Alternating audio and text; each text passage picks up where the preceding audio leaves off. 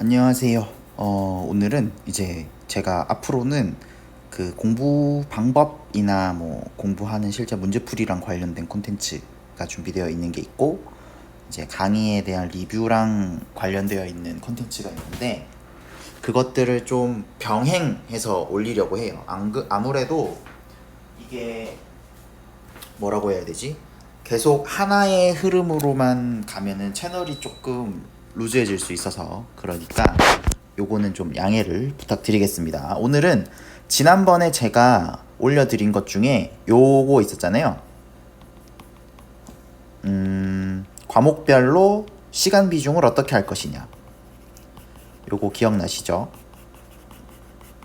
요거 제가 카드로 달아 놓을 테니까 필요하신 분들은 찾아보시면 될 것 같습니다. 이제 그거의 연장선상이에요. 그 영상의 연장선상으로 공부 계획 자체를 어떻게 세워야 될 것이냐에 대해서 말씀을 드릴 건데, 그리고 시간 계획은 어떻게 세우고 분량 계획은 어떻게 세우고, 시간 계획에 대해서는 이전에 올렸던 영상을 참고해 주시고, 그리고 분량 계획에 대해서 어떻게 세워야 될지에 대해서 하나씩 말씀을 드리도록 하겠습니다.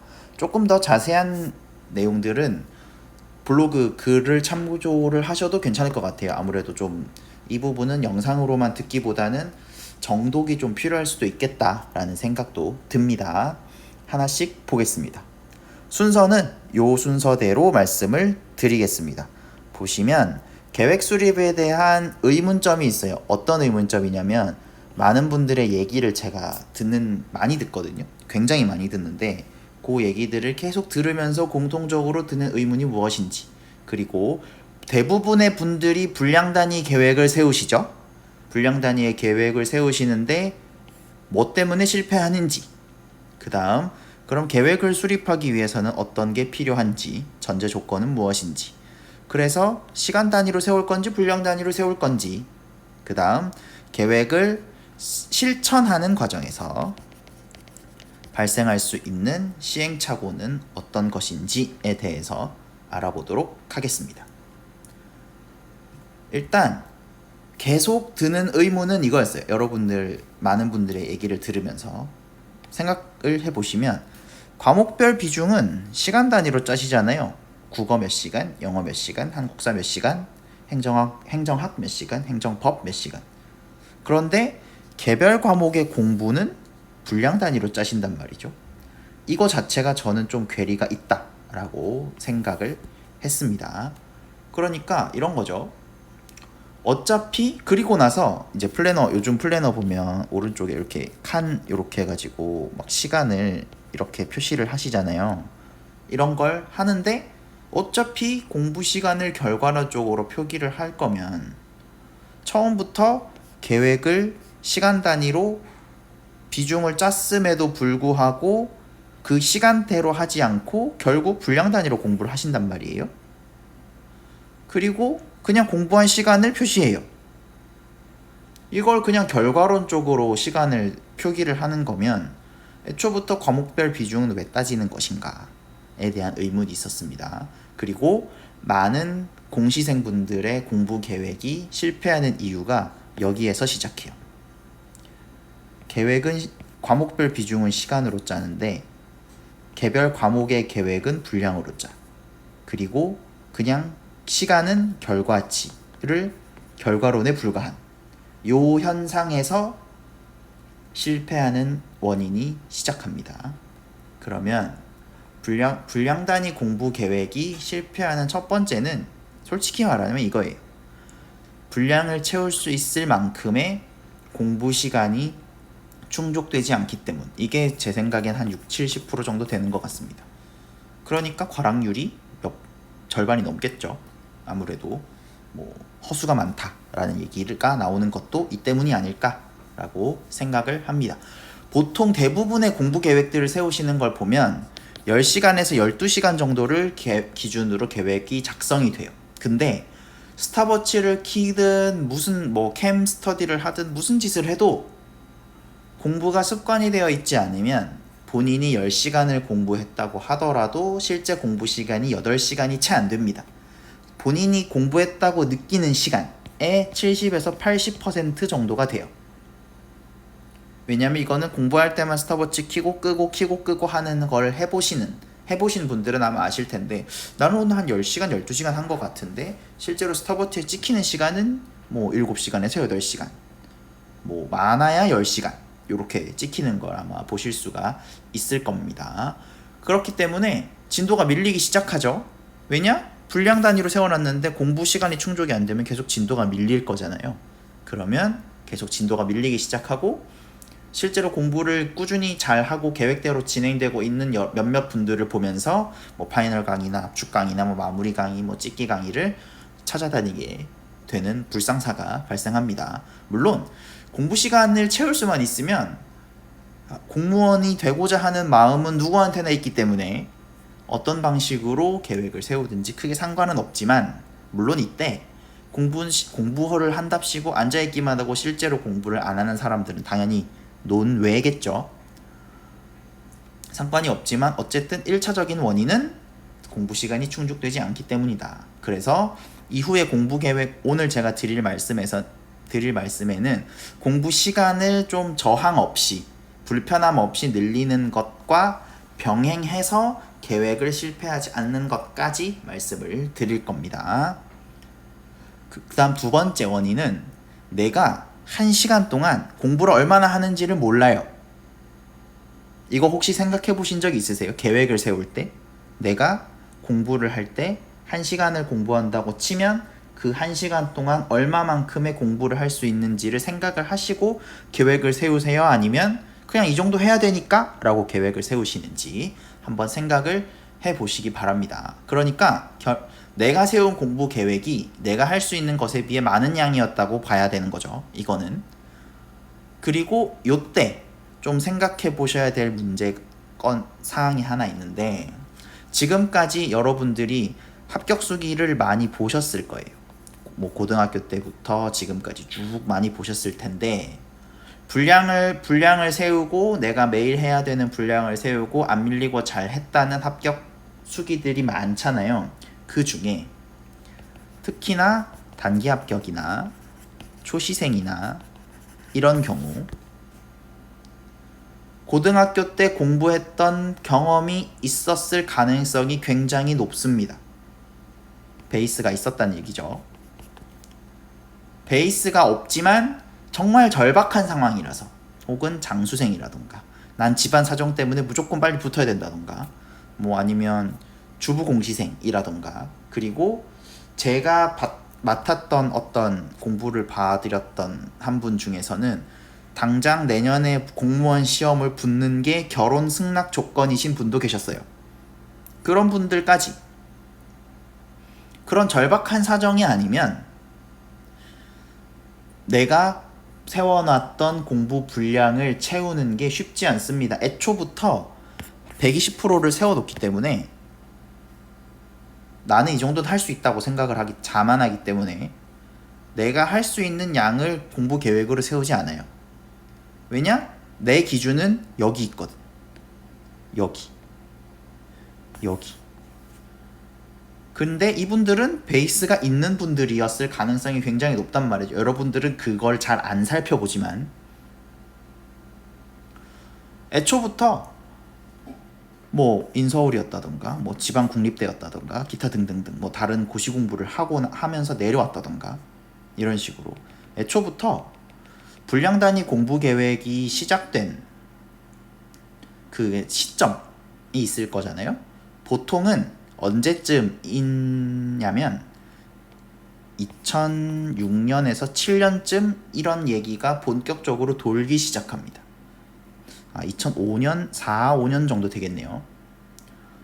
특목고, 민사고 학생들이 뭐 아이비리그에 몇 개를 동시에 합격했다, 이런 공부법 책들이, 자서전 같은 책들이 굉장히 많이 나오던 시기가 요 시기예요. 2004년부터 2007년, 2008년까지. 근데 아니면 뭐 인서울 상위권 대학이나 의치학 한의대 합격생들이 나는 매일매일 내가 해야 될 분량을 세워서 공부를 했다. 그리고 그 대중화가 완성된 거는 이제 메가스터디의 그 주간 완전학습 플래너인데, 이것도 그 손준 선생님의 예전 말씀에 따르면 공부를 정말 잘하고 열심히 하던 외고였나 뭐 어느 강남에 있는 학교였나 한 학생이 월요일부터 토요일까지 죽도록 공부하고 일요일 하루를 푹 쉬었다는 것에서 착안한 공부 계획입니다. 그러니까 10시간에서 12시간을 써야 하는 분량 단위 공부 계획이 잘 실천이 되는 경우 자체가 평균적인 상황이 아니라는 거죠. 상위권의 혹은 공부 경험이 많은 사람들의 얘기였다는 말입니다. 그러니까 여러분들이 분량 단위 공부 계획이 잘 안 된다고 해서 그걸 여러분들의 탓으로 하실 필요는 없어요. 그냥 이게 잘 되는 사람들은 분량 단위 공부 계획이 잘 되는 사람들은 중학교, 고등학교 혹은 공무원 시험을 시작하기 전부터 공부했던 경험이 많은 분들의 얘기입니다. 그렇다고 시험을 포기하실 건 아니잖아요. 그거를 해결할 수 있는 방법들을 이제 하나씩 말씀을 드리겠습니다. 그러니까 결과적으로 공부 계획이 실천이 잘 안 되는 분들의 원인은 시간 단위로 과목별 시간을 분배하고 이와 별개로 그 공부 분량 단위로 계획을 짰으면 앞에서 말씀드린 대로 요거 계획을 짰으면 그 시간 동안 실천 가능한 분량을 짜야 되는데 그게 안 되고 내가 그 시간 동안 공부를 얼만큼을 할 수 있을지를 모르기 때문에 애초부터 실천 가능한 계획이 안 나오는 거죠. 여기까지 이해되세요? 그러면 이제부터 어떻게 해결을 해야 될지에 대해서 말씀을 좀 드려보겠습니다. 그 전에 계획 수립을 할 때는 남들보다 많이 하거나 남들만큼은 해야 된다는 아니에요. 공부 계획이라는 거는 내가 어떠한 특정한 목표점에 도달하기 위해서 어떻게 해야 되는지를 내 상황을 기준으로 짜는 거기 때문에 어차피 도착점은 똑같고 뭐 먼저 도착할 수는 있지만 뭐 어차피 결승선이 똑같기 때문에 내가 조금 남들보다는 늦더라도 그 시간 시험 치는 날 전까지만 들어가면 되는 거거든요. 그러니까 막 커뮤니티 돌아다니면서 남들만큼 혹은 남들보다 많이 해야 된다는 생각을 버리시고 일단은 내 상황을 기준으로 잡으시기 바랍니다. 다음 두 번째, 내가 당장 할 수 있는 만큼은 하셔야 돼요. 그러니까 여유가 없다는 뜻입니다. 여유는 없습니다. 내가 당장 할 수 있는 만큼은 하셔야 돼요. 그만큼을 일단은 최선을 다해서 하시는 것이 맞습니다. 그래야 조금 늦게 시작했던 베이스가 없든 있든 상관없이 시험에 합격할 수 있겠습니다. 그래서 이걸 전제로 공부 계획을 어떻게 짜야 실패하지 않을지를 말씀드릴게요. 일단 이거는 제 생각이지만 일단은 시간 단위로 시작을 해서 분량 단위로 넘어가야 된다고 생각해요. 왜냐? 앞에서 말씀드렸죠. 내가 1시간 동안 단위 시간 동안 얼마만큼의 공부를 할 수 있는지를 모르는 상태에서 분량 단위 계획을 짜면 무조건 실패해요. 무조건 실패하기 때문에 내가 시간 단위 동안 얼마나 공부를 하는지를 파악하고 그 상황에서 내 공부량에 대한 파악과 동시에 공부 시간을 늘려야 됩니다.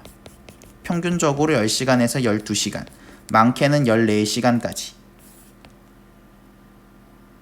시험 막판에는 늘려가면서 공부 계획도 세워야 돼요.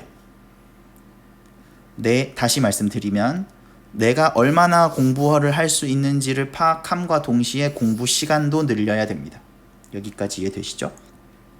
그렇기 때문에 우선은 시간 단위 계획으로 시작을 합니다. 그리고 해당 시간이 과목별 밸런스는 끝까지 지키셔야 돼요. 5과목 혹은 5과목을 다 봐야 되고 7급 하시는 경우는 PSAT까지 준비를 하면서 2차 준비를 하셔야 되니까 과목별 밸런스는 끝까지 지켜야 됩니다. 그렇기 때문에 일단은 제가 이전에 말씀드린 과목별 비중에 따라서 시간 단위 계획으로 시작을 하고 해당 시간에서 30분이 초과되면 일단 다른 과목으로 넘어가세요. 그리고 예를 들어 그날 내가 이 과목 몇 시간을 다 하고 나면 시간이 공부를 좀 더 할 수 있는 여유가 생기잖아요. 그러면 그때 부족했던 과목을 채우시면 됩니다. 일단은 한 바퀴 다 돌고 그 다음에 다시 하시라는 얘기예요. 그래서 요 과정에서 한두 시간 정도 동안 내가 어느 정도의 양을 공부할 수 있는지 파악하셔야 됩니다. 요때 공부량을 파악하시는 거예요. 그리고 뭐 예를 들면 강의가 60분짜리면 60분 안에 들을 수 있는지 20분이 더 필요한지 과목별로 영역별로 기출문제집은 몇 문제 정도 풀 수 있는지 뭐 한국사, 국어 문법, 문학 비문학, 영어 문법, 영어 어휘, 영어 독해, 뭐 행정학, 행정법 기출까지. 그래서 내가 시간당 할 수 있는 공부량을 파악해야 됩니다. 띄어쓰기 틀렸네요. 죄송합니다. 여기까지 이해되시죠? 그리고 8주 정도 진행합니다. 8주 정도 진행을 할 때 하루에 10시간 정도 바쁘게 공부를 한다 손 치면 3주 정도 지났을 때 본인의 시간당 공부 분량을 파악하실 수 있어요. 미니멈 3주 정도. 그리고 8시간 정도 대신 이때는 바로 막 분량 단위로 넘어가시면 또 계획을 잘 못 세웁니다. 익숙하지 않거든요. 그 공부량이. 그렇기 때문에 일단은 분량 단위 계획으로 서서히 전환을 시켜야 되는데 이 과정이 8주 정도 됩니다. 요때 공부 시간을 이때 차츰차츰 늘려주세요. 일주일에 30분 정도. 일주일에 30분 정도 늘려서 10시간으로 8시간을 공부하고 있었다면 8시간을 공부하고 있었다면 10시간으로 10시간을 공부하고 있었다면 12시간으로 점차 늘리고 남은 4주 동안 요 늘려놓은 시간을 유지하는 쪽으로 방향을 잡으시거나 더 늘리거나 요렇게 진행을 해주시면 되고 결과적으로 내 공부에 대한 파악, 내 공부 분량에 대한 파악과 공부 시간을 늘리는 작업을 요 기간 동안 같이 하시는 것. 여기까지 말씀을 드렸고 왜 일주일에 30분씩 늘리냐면 변화에 대해서 적응하기 위해서입니다. 8시간에서 10시간을 꽉 채우고 있었다고 하면 거기서부터는 30분 1시간 늘린 거를 유지하는 것이 생각만큼 쉽지 않아요.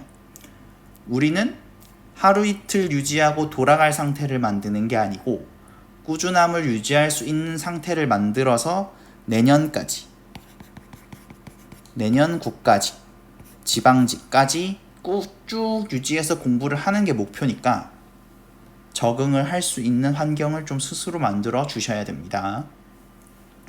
그렇게 해서 공부 시간이 10시간, 12시간이 되고 내가 1시간을 투자했을 때 얼마만큼의 공부를 할 수 있는지 파악이 끝난 상태에서 분량 단위로 넘어가시면 이때부터는 플래너를 쓰고 지우는 재미가 되게 쏠쏠하실 거예요.